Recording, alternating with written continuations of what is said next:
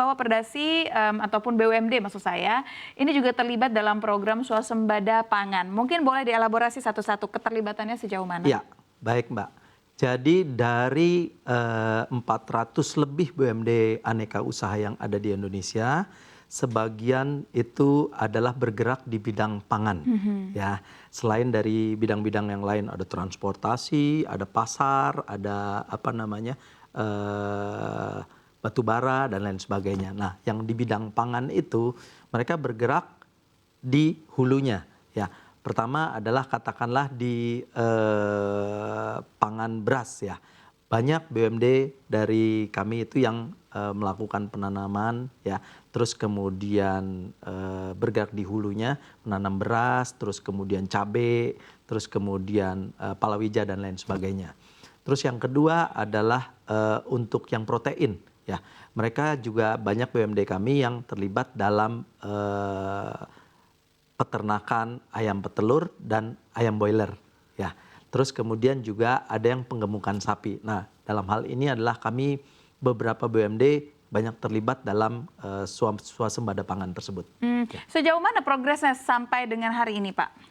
Kalau kita terus terang saat ini bisa dibilang pertumbuhan ada ya, katakanlah 5% sampai 10% lah dari BUMD yang ada. Namun demikian kita ketahui bahwasannya masih belum cukup lah, karena jumlah BUMD kita juga belum banyak belum menyebar ke seluruh Indonesia yang bergerak di bidang ketahanan pangan tersebut. Jadi apa yang perlu dikejar dari kerjasama ini, Pak? Ya, jadi ada beberapa yang menjadi tantangan kita ya, terutama BUMD. Yang pertama adalah permodalan BUMD itu sendiri. Berarti tidak berbeda jauh dengan yang program pertama, MBG ya Pak ya? Terus kemudian dukungan dari stakeholder. Stakeholder tuh seperti kepala daerahnya, atau OPD-nya, atau SKPD-nya. Terus kemudian akses informasi dan pengetahuan dari para pengelola BUMD. Ya, karena seringkali mereka ingin memiliki bisnis di bidang ini, tapi mereka nggak punya pengetahuan itu, mengakibatkan itu yang menjadi terhambat atau tidak, akselerasinya tidak cepat. Terus kemudian kemampuan dari manajemen BUMD itu sendiri, seringkali mereka diberikan modal, akses ada, tapi karena kemampuannya tidak ada, mengakibatkan apa? Mengakibatkan mereka tidak dapat menjalankan bisnis di bidang pangan tersebut. Dan yang terakhir adalah bagaimana BUMD itu memiliki daya saing, karena seringkali kita menghadapi teman-teman BUMD itu tidak memiliki daya saing, sehingga apa? Sehingga ketika mereka melakukan budidaya atau mereka memproduksi, mereka sulit untuk menjualnya. Kenapa? Karena tidak bersaing dengan swasta. Begitu, Mbak. Tadi Bapak sempat menyinggung tentang keterlibatan ataupun peran dari hadirnya pemerintah daerah untuk memberikan dukungan kepada BUMD. Memang sejauh ini kenapa Bapak bisa menganalisa itu masih perlu diperbaiki? Apalagi BUMD kepala daerah ini, maksudnya saya, mungkin juga ada perubahan kecenderungan ketika terjadi perubahan kepemimpinan juga. Ya, kalau kita merefer dari amanat PP 54 tahun 2017 ya, terkait dengan BUMD, bahwasannya kepala daerah dalam hal ini sebagai pelaksana kekuasaan ya, memiliki 5 peran, yaitu penyertaan modal, memberikan subsidi, terus kemudian memberikan penugasan, terus kemudian menggunakan pengelolaan hasil kekayaan untuk BUMD ya, terus kemudian melakukan pembinaan. Jadi 5 hal itu yang harusnya dilakukan oleh kepala daerah dalam langkah untuk pengembangan BUMD. Nah, sayangnya tidak semua kepala daerah itu memahami itu yang seringkali situasi yang dihadapi oleh BUMD. Apa yang biasanya menyebabkan kepala daerah ini belum memahami 5 poin yang Bapak sebutkan? Ini emang karena keterbatasan informasi atau sebenarnya keterbatasan kemampuan saja?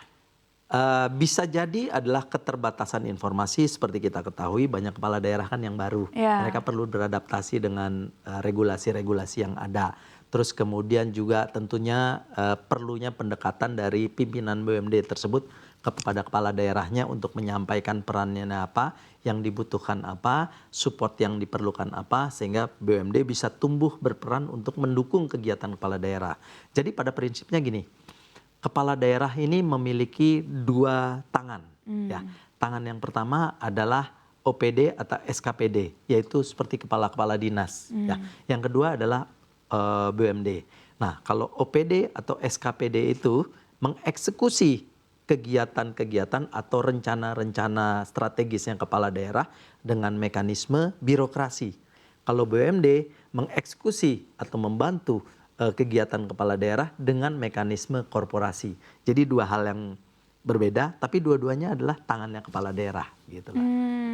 Oke. Dengan adanya pertumbuhan yang tadi sempat Bapak sampaikan 5 sampai dengan 10%, apalagi mungkin yang perlu ditingkatkan dari kerjasama antara MBG dan swasembada pangan maksud saya, dengan para BUMD yang mungkin belum terlaksana sampai sekarang, agar angka ini tidak lagi di kisaran 5 sampai dengan 10%, tapi bisa melejit lebih besar. Ya, tentu saja peran aktif dari pengurus BUMD masing-masing ya untuk melakukan pendekatan-pendekatan kepada kepala daerah ya untuk bisa mendapatkan permodalan.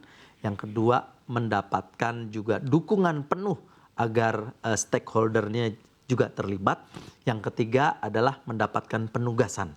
Ya, 3 hal itu penting tuh untuk dalam rangka menumbuh kembangkan BUMD agar BUMD bisa terlibat dalam swasembada pangan tersebut. Ya, yang kedua yaitu BUMD juga harus berperan aktif untuk bisa terlibat dalam asosiasi dan juga terlibat komunikasi dengan para investor-investor sehingga apa? Sehingga ketika dia mendapatkan penugasan sementara keterbatasan anggaran, mereka bisa bermitra dengan investor tersebut dengan mekanisme KSO, kerjasama operasi. Oke, kerjasama operasi. Ya. Baik Pak, untuk menutup dan juga meringkas singkat saja tentang diskusi kita, saya ingin tahu juga bagaimana kinerja BUMD selama tahun 2024 Pak. Ya, ketika bicara kinerja terus terang saja Mbak, saat ini saya melihat statistik dulu ya Mbak ya. Boleh, nggak apa-apa dong Pak. Baik. Statistiknya adalah, yang pertama adalah dari 460 lebih BUMD aneka usaha yang ada di Indonesia, 50% lebih masih merugi. Oke, ya, masih merugi. Masih merugi. Terus kemudian 18 BUMD ekuitasnya negatif. Oke. Ya. Terus kemudian dalam hal tata kelola juga perlu ditingkatkan, yaitu di mana biasanya atau aturannya Dewan Pengawas tidak lebih dari jumlahnya Dewan Direksi. Ternyata masih ada 186 ya BUMD yang jumlah Dewan Pengawasnya atau komisarisnya melebihi direksinya. Ya, artinya dalam hal GCG masih kurang patut. Yang berikutnya adalah masih ada 200 BUMD yang tidak memiliki SPI, Satuan Pengawas Internal. Jadi itu performance dari BUMD aneka usaha di Indonesia tahun 2024. Oke.